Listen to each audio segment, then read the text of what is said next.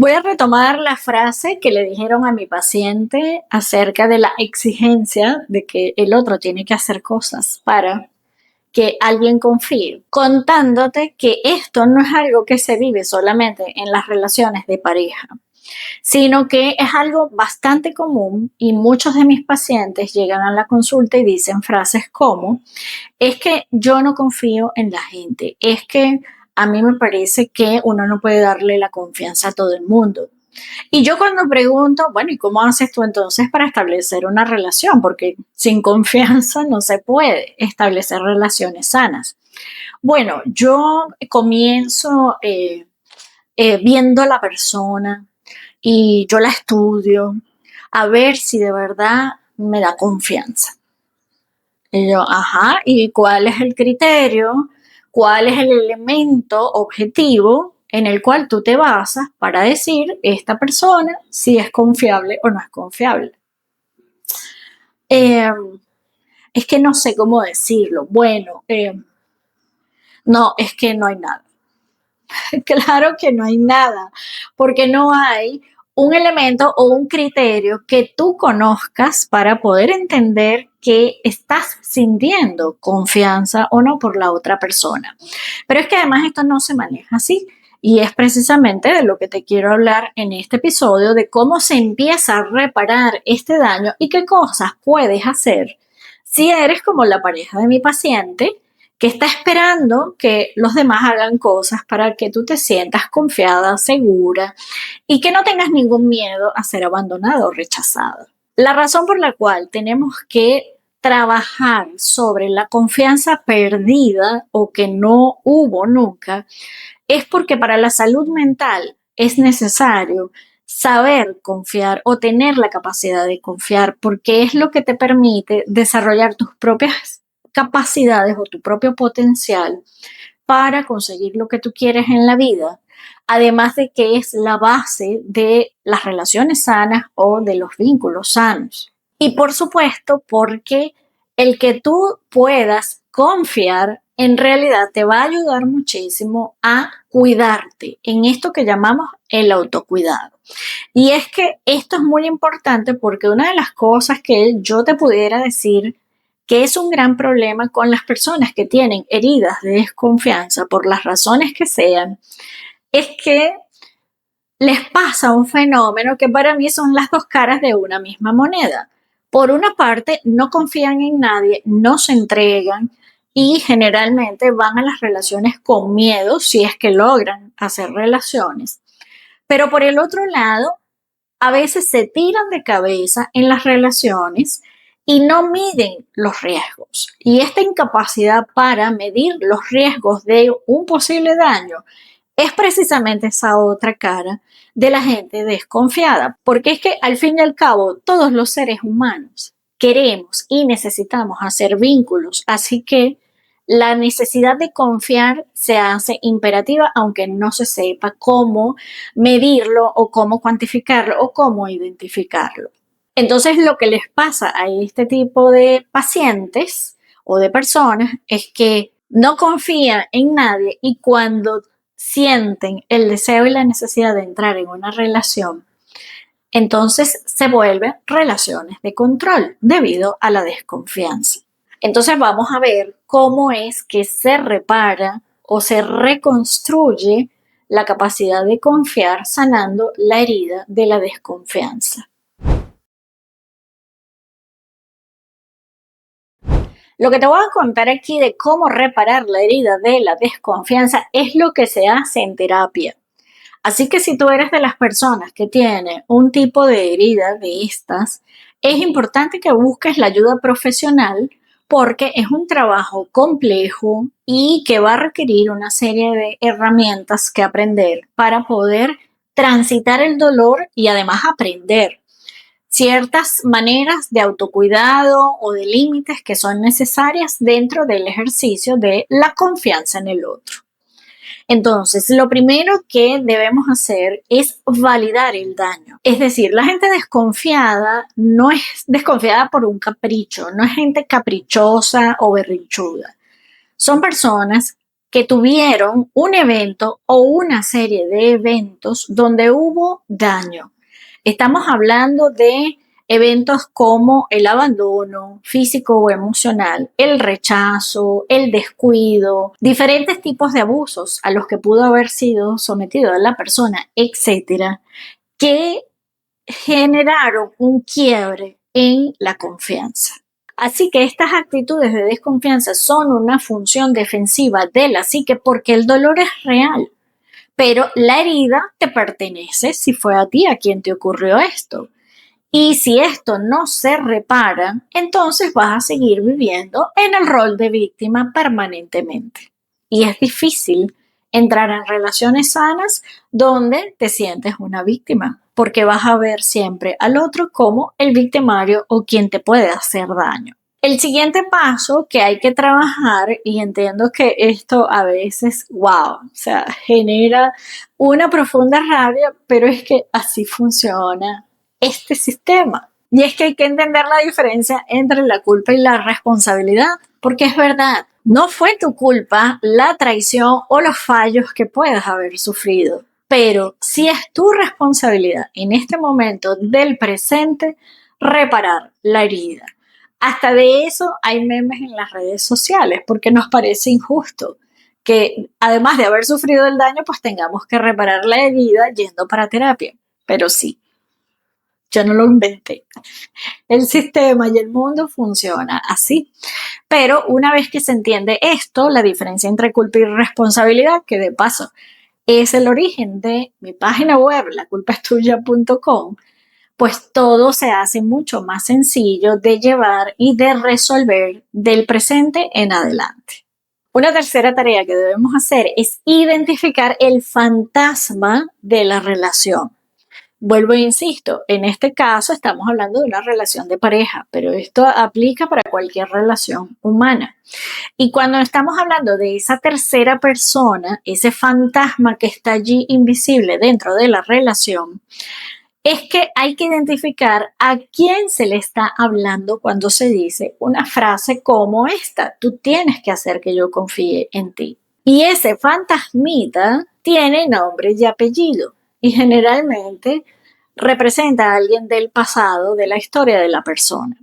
Entonces, esto es importante porque si no, en el presente no se logra ver a la persona que está a tu lado en la relación por quien es, sino que se le pide que sustituya a otra persona que debió hacer esa tarea y no la hizo. Entonces, si no logramos establecer esta diferencia entre la persona que está a tu lado hoy y la persona que te hizo daño, siempre se va a estar con miedo dentro de la relación a ser abandonada, a ser rechazada, a ser ignorada. Y por supuesto, siempre va a estar ahí la sensación de que va a venir el daño en cualquier momento. Y por último, debes haber escuchado alguna vez de la reparentalización, que es el proceso mediante el cual la persona adulta aprende a convertirse en esa persona cuidadora, protectora que no se tuvo, porque tenemos que aprender en la vida adulta a autocuidarnos y autoprotegernos. Cualquier persona nos puede generar un daño. Entonces, confiar no es creer que nadie nos va a hacer daño, sino creer que si el daño ocurre, yo voy a saber qué hacer ante esa situación, voy a tener una respuesta adaptativa y mi mundo no se va a desmoronar por un determinado hecho o evento. Y aquí entonces tengo que hacerte referencia y te voy a remitir al episodio número 38 de mi podcast, hablando justamente acerca del autocuidado y cómo es esto una forma de maternaje. Porque de hecho, de eso se trata entonces la reparentalización. Dejar de esperar que alguien te cuide, que alguien te proteja o que la vida es bella y nadie nos va a hacer daño. No. El peligro está acechándonos permanentemente. Así que es una responsabilidad adulta aprender estrategias de autoprotección y de cómo responder ante situaciones en las que nos sentimos amenazadas o con posibilidades de daño. Y además de este episodio, te recuerdo que en mi página web, laculpaestuya.com, tienes 200 audioayudas que hablan de diferentes temas, herramientas, habilidades que puedes aprender por tu cuenta antes de ir a terapia o empezar a comprender para llegar a terapia mucho más avanzada. Y no te olvides que también están los libros de la serie de La culpa es tuya, donde están compiladas las 100 primeras audioayudas, y también el servicio de psicoterapia online, incluyendo la posibilidad de adquirir una tarjeta de regalo para ayudar a alguien que lo necesite o para pedir que te regalen una si consideras que necesitas este tipo de ayuda. Pasa por allá y te suscribes, al igual que aquí en este podcast en YouTube, y dale me gusta, que es lo que ayuda a que este tipo de contenido llegue a más personas. Además de las 4 tareas anteriores en el proceso de reparación de la herida de la desconfianza, para pasar a una confianza sabia, más adulta, también hay que pasar por los duelos, porque hay que hacer además un duelo por la inocencia perdida. Si hubo daños reales, la reparación pasa por reconocer esas cicatrices emocionales y repararlas. Y recuerda que esas cicatrices tienen una función muy importante. Es el recordatorio de que pasó algo y que tienes ahora la oportunidad de hacer o actuar de forma diferente. Además de eso, es importante entender que hay que renunciar a esta omnipotencia tan nociva de los seres humanos, porque los seres humanos no tenemos el control sobre las libertades de la otra persona. Cualquiera te puede dar una acción inesperada que signifique un daño.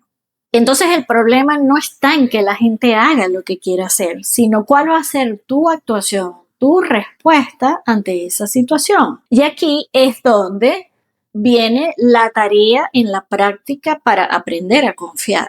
Ya hay que dejar de esperar que otra persona te cuide, o yo no puedo andar por la vida esperando que alguien me cuide. Yo tengo que pasar de esta confianza ingenua, infantil, a una confianza que llamamos sabia, de la vida adulta, madura, consciente y elegida, porque vuelvo a repetir, decides confiar o no.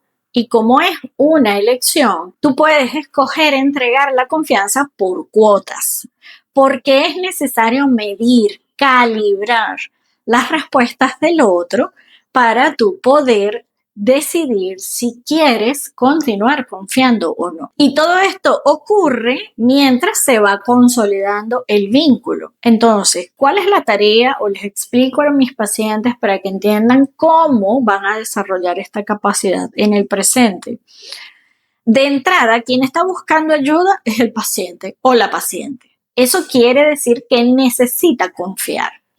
Y la única manera de aprender esto es interactuando en relaciones. Pero recuerda que no tienes ningún elemento, no hay ninguna evidencia, nada de la otra persona que te pueda decir que es confiable.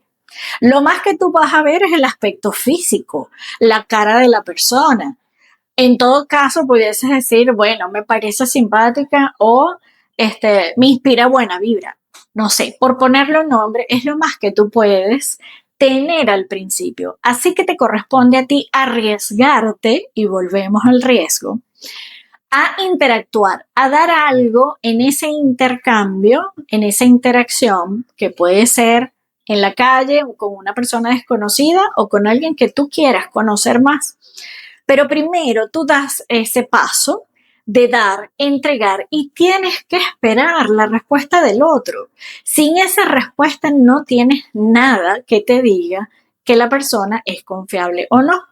Y dependiendo de lo que te dé, tú decides si vas a seguir dando y qué vas a dar ahora en esta nueva interacción. Y así es en esta reciprocidad en las relaciones que vamos construyendo el sentimiento y la creencia de que esa persona es confiable. Y mientras no te dé evidencias de lo contrario, ¿por qué tendrías que pensar que te va a hacer daño si la relación está fluyendo muy bien? En el camino y con el paso del tiempo, este intercambio que comenzó como una relación superficial, sin ninguna expectativa, pues entonces se va a ir profundizando y van apareciendo en el camino otros sentimientos. Pero esa es la única manera de probarte de qué va la confianza en ti, cómo la sientes, cómo la vives, eh, cómo la internalizas, cómo le das significado para tu propia existencia, y ese concepto de confianza es tuyo, no es universal. Lo que sí te tengo que decir es que una relación no se consolida sin la confianza, y la confianza se basa en tres pilares fundamentales para que podamos hablar realmente de confianza, y con esto quiero cerrar este tema. El primer pilar es creer en la capacidad que tiene el otro de hacer lo que dice que va a hacer. El segundo es la congruencia, que tú puedes ver que lo que dice y lo que hace la persona es congruente. Si no hay congruencia, ahí ya tienes un elemento, pero si la hay, evidentemente esto va a facilitar que tú confíes. Y el tercer pilar es la benevolencia.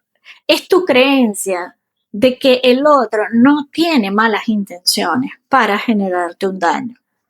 Por lo que si tú sigues creyendo y sigues pensando que el otro, la humanidad, todo el mundo te va a hacer daño, pues es muy difícil que tú puedas confiar. Y así como te daba este ejemplo, este ejercicio para empezar a confiar, donde de entrada no puedes ir pensando que el otro te va a generar un daño, tú tienes la capacidad de establecer límites, de aprender ciertas habilidades sociales como la expresión de sentimientos, como las peticiones, como la expresión de la rabia u otro tipo de creencias, pensamientos u opiniones que tú necesites intercambiar en una relación para que de verdad se pueda construir el vínculo con confianza. Sin estas habilidades también es complicado que tú te animes a aprender, porque es un proceso, a aprender quizás cosas nuevas que no conocías, o quizás recuperar algo que tuviste y perdiste. Pero al fin y al cabo se necesita desarrollar toda esta serie de habilidades, herramientas, técnicas en las relaciones interpersonales para poder entregarte a esa relación y sentirte confiada de que vas a ser aceptada, aceptado, querido, amada, tomado en cuenta, etc. Por esto, vuelvo nuevamente a invitarte a que pases por mi página web, laculpaestuya.com, y busques las audioayudas, busques los libros en digital que te pueden ayudar en este desarrollo de habilidades sociales, o busques la ayuda profesional con mi equipo colaborador, para lo cual además ahora tienes tarjetas de regalo que puedes pedir si sientes o crees que el dinero pudiese ser un obstáculo, pero confía en que hay gente que te quiere ayudar y para quienes eres importante, y puedes pedir tu tarjeta de regalo o tú regalársela a alguien a quien lo necesite. No olvides suscribirte por allá y suscribirte por aquí. Nos vemos en el próximo episodio de Lo dijo mi paciente podcast.